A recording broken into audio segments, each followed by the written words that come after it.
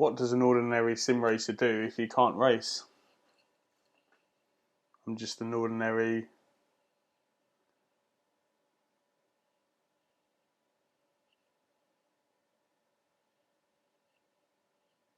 don't know, just ordinary.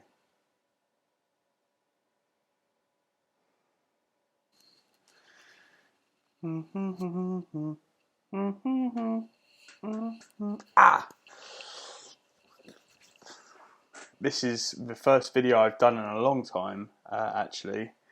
I'm still not well enough to sit on the simulator just yet. Basically, my priorities right now is getting better, getting back to work. What's the other thing?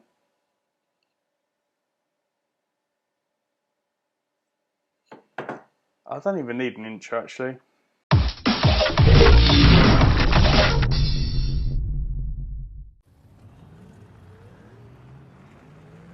Right guys, so here goes. This is really just a bit of a rant in regards to compatibility. So we've got people that spend hundreds and thousands of pounds on steering wheels, games, especially for example Formula 1. That is a game where people buy year on, year in, year out, and every single year they hope for something a little bit better. The thing that's frustrating for me is that when you spend all this money and you put everything all together, you're expecting a good experience. Now, I know that PC is always going to be the experience that everyone is going to want. Now, with a PC, as everyone knows, you can go ahead and you can map every single button that you want to do what you want in-game. You can control the ERS, the energy recovery system.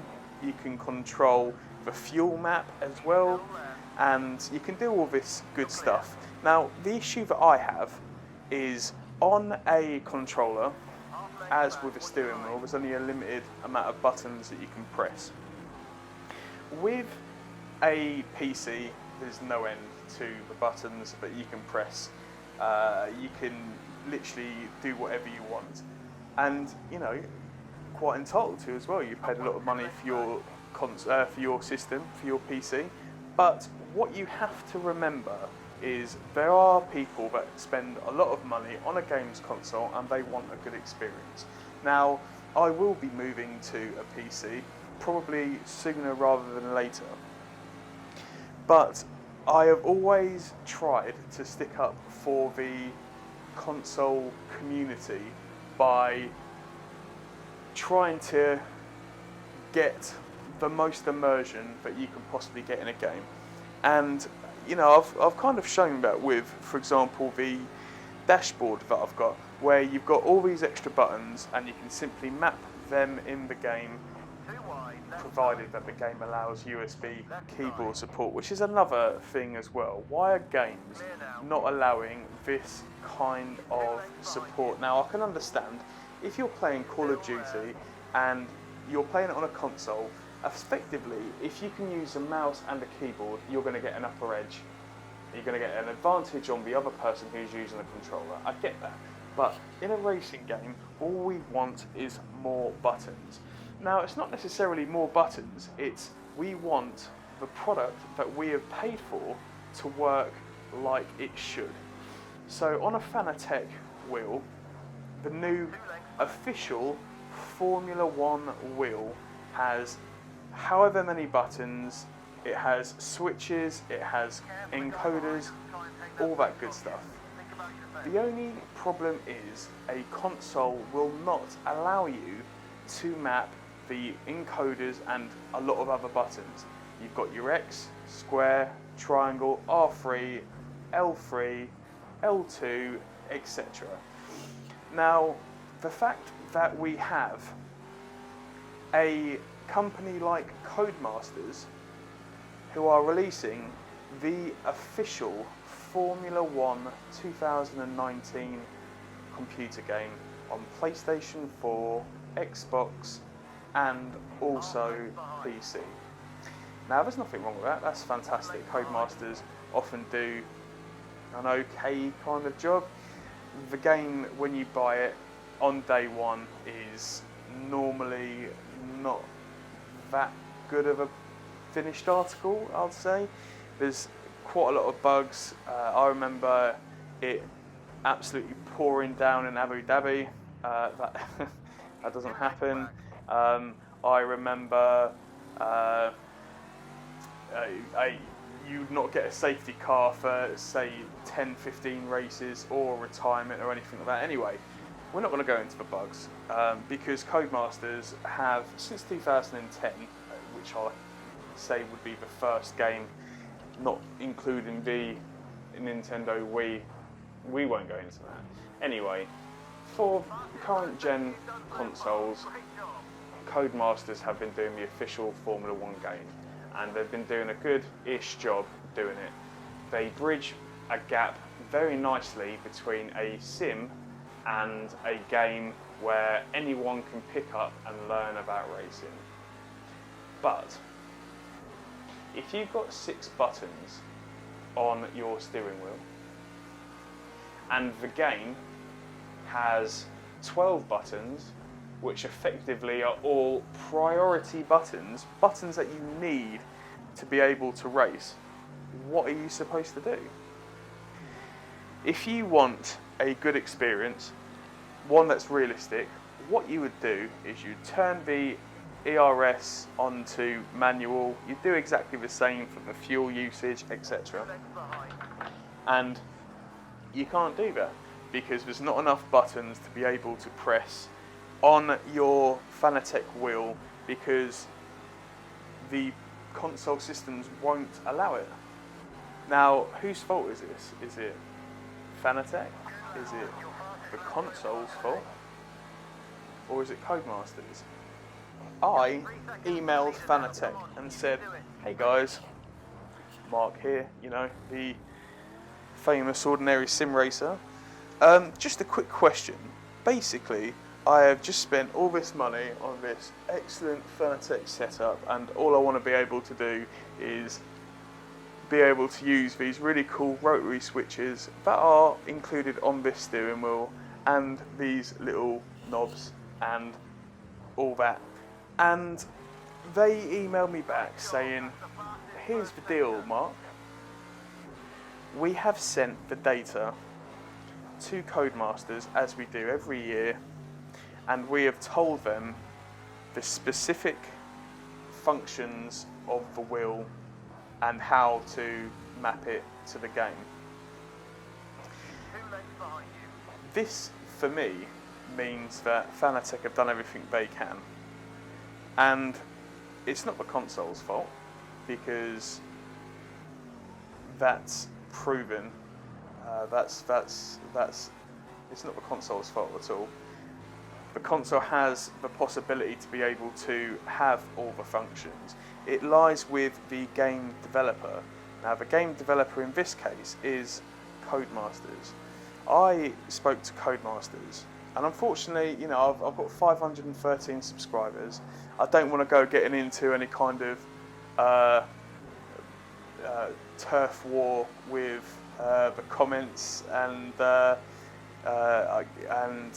you know, disrespecting any games, because I truly do love the Formula 1 game, and it's not just Codemasters. There's a lot of other game titles that do the same thing as well. But Codemasters springs to mind because, as of late, a lot of people are looking forward to the new upcoming release of the Formula 1 game, and quite rightly so. It's the official Formula 1 game. They have the official Formula 1 steering wheel. They have a console, and they're being told that, hey, you just spent £400, you know, €450, whatever it is, on a wheel, but, you know, only 6 of the buttons, 7 of the buttons on the steering wheel are going to work. Now, I just think it's just sloppy from the game developer. And as I said, guys, I don't want to turn this into like a turf war in the comments.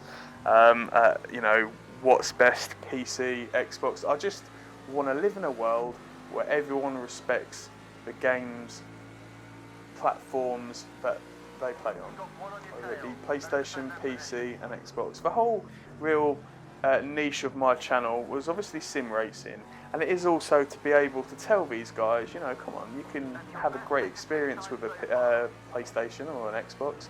You haven't got to spend thousands on a PC, thousands on monitors. You can plug your wheel, whatever wheel it is, Logitech, Fanatec, Thrustmaster, you can plug it all in and it will work absolutely fine with the console that you have at home. And you can have a decent immersive experience. If you need to go into the pits, you can quickly press that pit button that's on your dashboard. If you want to start the engine like it should be in the real car, you can flick the switch and turn the ignition on and then press the ignition button, you know, and you can do all these things. But Codemasters, all we are asking you to do, please make this work. Please make your official Formula 1 game work with the official Formula 1 steering wheel. There's a lot of people that play consoles and they want their money's worth, which is quite rightly so. I mean, the moral of the story is PC is the way to go for realism. We all know that. Xbox and PlayStation 4s are kind of, you know, I mean, they're expensive anyway. They offer, you know, great diversity with, you know, loading up a game. You can play it in your front room. You can play it with a controller, and then 10 minutes later, you can play a racing game on a steering wheel. And, you know, if that's what you want to do and you want to race with that console, then, you know, you're quite entitled to do so. But after it was all said and done, I emailed Codemasters, got through to technical support. So I called Codemasters and got through to technical support. And then what had happened is I spoke to a really nice guy, I can't remember his name, but basically, in a nutshell, he was clueless. He had absolutely no idea. Now, these, as we all know, with Formula 1 management and you know, well, Liberty Media, all this is all secret. Anything to do with Formula 1, whether it's the building of the cars or releasing a computer game, it's all shrouded in secrecy. And whether it's a case that he didn't know or he couldn't tell me, I'll probably go to say that he didn't know, because they said they're still finalising the data for the compatibility of the wheel and what will work and what won't work. So watch this space. So this is a guy who works in technical support for Codemasters and he doesn't know, and we're 2 weeks away from release, and he's basically saying he has no idea whether that the button functionality is going to be compatible with consoles. So I don't hold much hope. So what I'm going to do is I'm going to hang tight. I'm going to get the game on the release, because I plan on making some really, really good content with live races, with a Formula 1 career, and yeah, hopefully I'll have a steering wheel with loads of buttons that works. Now, if I don't, I won't buy the steering wheel. It's as simple as that. But unfortunately, there's a lot of people who already have taken that plunge, and they're going to be quite disappointed come release date. But with that being said, I'm going to sit back, I'm going to wait and see what happens, I'm going to see what the compatibility is like and go from there. I really wanted to avoid doing any kind of rant and just try and keep as politically flatlined as possible, and you know, not get. But I think it's a fair point, and I think that there's a lot of console owners that really do feel an injustice with this kind of thing, and yeah, it's just attention to detail, Codemasters. That's all your fan base want. You know, they love Formula One. You're not going to buy the Formula One game unless you love Formula One, and the key to being successful in Formula One is attention to detail, and all the fans want to be able to do, the fans of this game, is be able to have a good experience, and if they trust you as a developer to have that attention to detail. Now anyway, I'm going to leave it there, and I just want to say thank you to everyone. I know that I haven't released any videos recently. I'm still not that well. I'm on the mend. This footage that you're seeing is actually the first time I ever used my Aston Martin wheel, and punt. Yeah, this is a bit of a mistake actually. So if you watch this, here comes Mark going into the pit. This is what cost me the lead of a race. Oh, stop for a pit. Here we go. Oh, no, that's not my box. Doofus. Pulling away in 4th gear. Here we go. Stop here. It's funny how that stick says melt, because I absolutely am a melt, because I've just lost P1. Anyway, so lost where I was. This is completely unedited, as you can tell. So yeah, we've got something cool coming up as well. I'm going to completely dismantle my rig and take off all the Honda McLaren decals and replace them with something pretty cool. And you guys will be able to see that happen in my next video. So thank you all for sticking with me. I massively appreciate it, as you all know. If you've got any ideas for videos that you'd like to see, stick them in the comments. I'm really excited to do this Formula One live stream when the game is released. And speaking of live streams, Le Mans is still happening, and it is still a priority. I need to wait until a weekend that I've got free to be able to do that, because of course it's for 24 hours, and I have parenting commitments.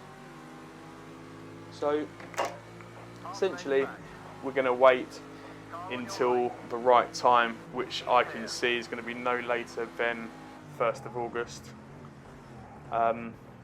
It's disappointing for me, I know. I couldn't even walk for a week. But yeah, I will be back soon. So thank you all so much. You can all watch the end of this race. And yeah, if you guys could do me a huge favour, please like and comment. And if you are not a subscriber, please subscribe, because we have some really good how-to videos. We have some really interesting videos, some review videos, unboxing videos, and it's only going to get better and better. If you have any questions, stick them in the comments box. For now, I am Mark. I will see you very soon on my next video. Thanks for bearing with me, and I'm out.